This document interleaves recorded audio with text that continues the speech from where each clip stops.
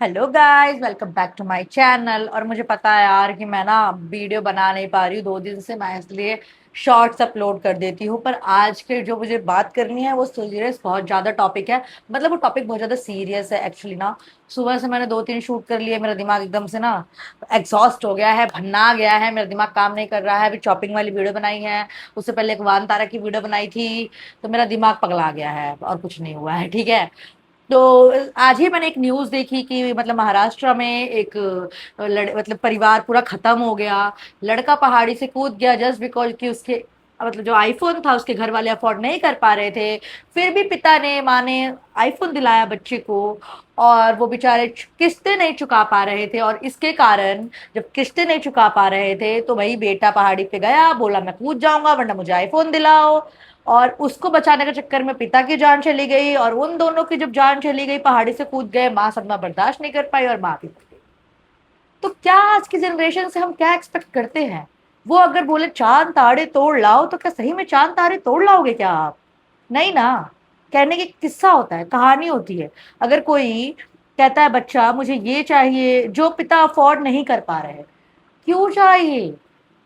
बच्चों को कब समझ में आएगा कि माँ बाप के जो मतलब कहते हैं ना औकात है, उसी के हिसाब से रहना चाहिए। बेशक आप लोग को बुरा लग रहा होगा या आपको लगेगा थोड़ी देर के लिए कि हाँ ये क्या कह रही है, भाई कहना है जितना हमारी ठीक है, हम अपने बच्चे के लिए बेस्ट करते हैं जितना हमारे से बनता है, जितना हमारी औकात होती है।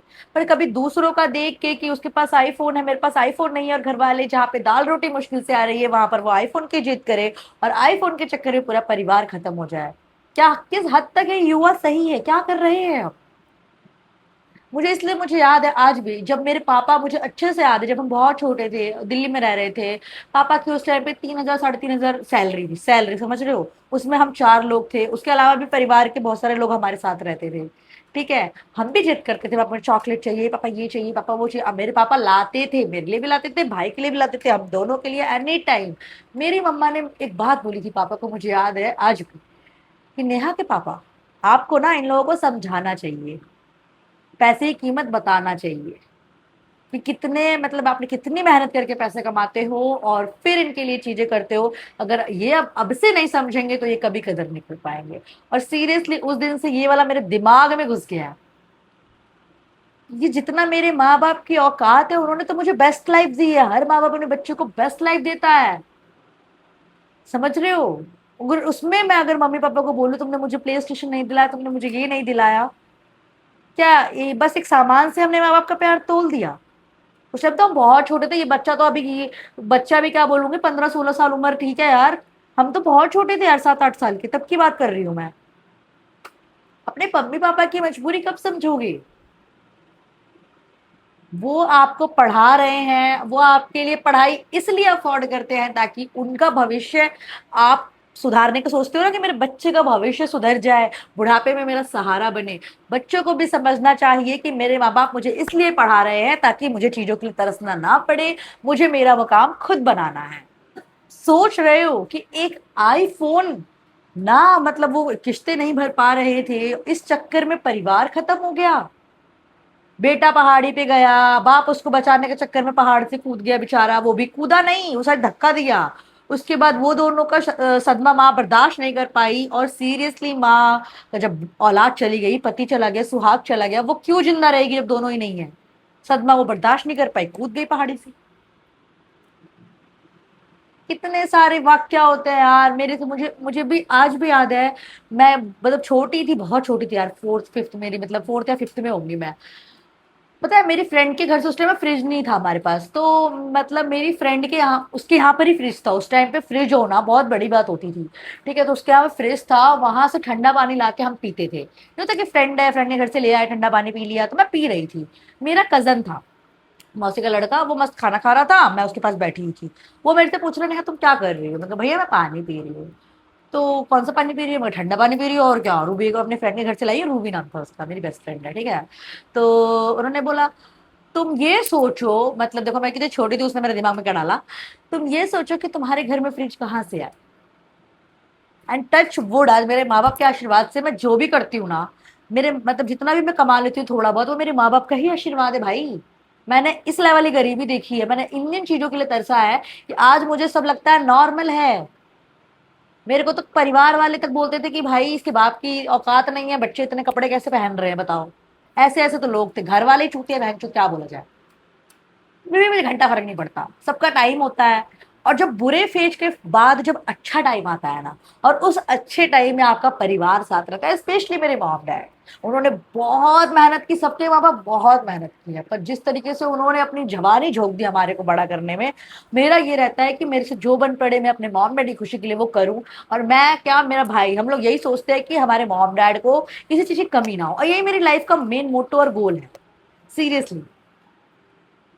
तो मुझे तो मेरे माँ बाप की जिम्मेदारी और मजबूरी सब समझनी चाहिए ना, वो कब क्या कर रहे हैं किसके लिए। एटलीस्ट मेरे माँ बाप और बिहारी पेरेंट्स की तरह नहीं है कि जल्दी शादी करा दी, इधर मेरी आंख में चोट लग गया तो बेटी की शादी करा दी। भाई मुझे बहुत, मैं लकी फील करती हूँ अपने आप को, इतनी जब मैं बोल्ड बन के यहाँ पर बोलती हूँ ना, वो उन्हीं की देन है। मेरा मेरे परिवार में कोई ऐसा नहीं है जो ऐसी मतलब लड़की जो बोल्ड भी हो, वो जहाँ शादी करा दी 10 साल 15 साल बड़े वाले से कर लो शादी, ऐसे कर लो वैसे कर लो, जैसा मतलब तुम्हारी किस्मत है, जैसी मर्जी करो, उनके साथ मत रहो बस, बेटी बोझ है। लिटरली वो लोग ये सोचते हैं। भाड़ में जाए वो, मुझे मेरे माँ बाप का कद्र पता है, और उस लड़के के लिए मुझे बुरा लग रहा है जो अपने माँ बाप का मतलब सिचुएशन नहीं समझ पाया कि माँ बाप मतलब कि गरीबी से पाल रहे हैं, और एक आईफोन की जिद ने सबको खत्म कर दिया। हमको ही अपने माँ बाप की कद्र करनी है, हमको ही उनका सिचुएशन समझना है। वो हमारे लिए अपना बेस्ट करते हैं, कोई भी माँ बाप नहीं चाहते उसका बच्चा किसी भी सुख से वंचित रहे। और मैंने आज इसलिए अपना वाक्य बताया कि मुझे बहुत सारी बातें करनी होती है, मुझे एट द टाइम समझ नहीं आता मैं क्या बोलूं। पर आज जिस तरीके से वो अपने माँ बाप की मजबूरी नहीं समझा और पूरा परिवार खत्म हो गया, माँ बाप और बेटा, मुझे मेरा टाइम याद आ गया यार कि हम भी तो यार पापा की 3,000 सैलरी, 3,500 की सैलरी में हम पूरा परिवार पलते थे। उस टाइम में मैं अपने पापा को बोलती थी आप मुझे ये चाहिए, भाई बोलते थे मुझे ये चाहिए, वो मेरे लिए रेगुलर लेके आते थे। उन्होंने कभी शिक्कन तक नहीं आने दिया कि उनकी बहुत माली हालत खराब है, कभी नहीं।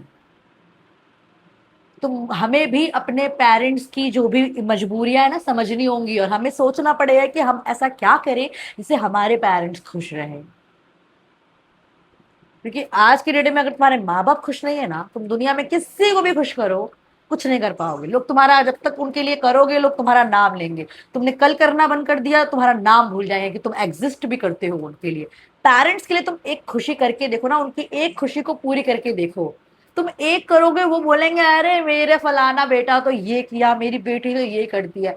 वो ना मतलब कहते हैं ना, असली दौलत, असली खुशी, माँ बाप के मुंह से अपनी तारीफ। भाई साहब, मतलब मुझे तो बहुत अच्छा लगता है। ठीक है, अमीरी फेज, गरीबी फेज, सुख वाले फेज, दुख वाले फेज सबकी लाइफ में आते हैं। हमें सीखना चाहिए हर एक फेज से, ना कभी घमंड लाओ, गरीबी भी ऐसे काटो सामने वालों को पता ना चले कि ये गरीब है साले, इसके पास कुछ नहीं है। इतनी तो खुददारी दी है घर वालों ने। ना कि मैं अब बोलूं मेरे पापा, मेरे बाप मुझे तुम ये नहीं दिलवा पा रहे। बहुत सी इच्छाएं होती है, बहुत सारी चीज मार्केट में है, पापा मुझे ये नहीं दिलवाया, मैं अपने पापा से बस बोलूंगी भाई ऐसे कर दो भैया, मेरे को नहीं दिलवा पा रहे, आप लोग बच्चा पाल नहीं पा रहे। ऐसा थोड़ी ना होता है यार।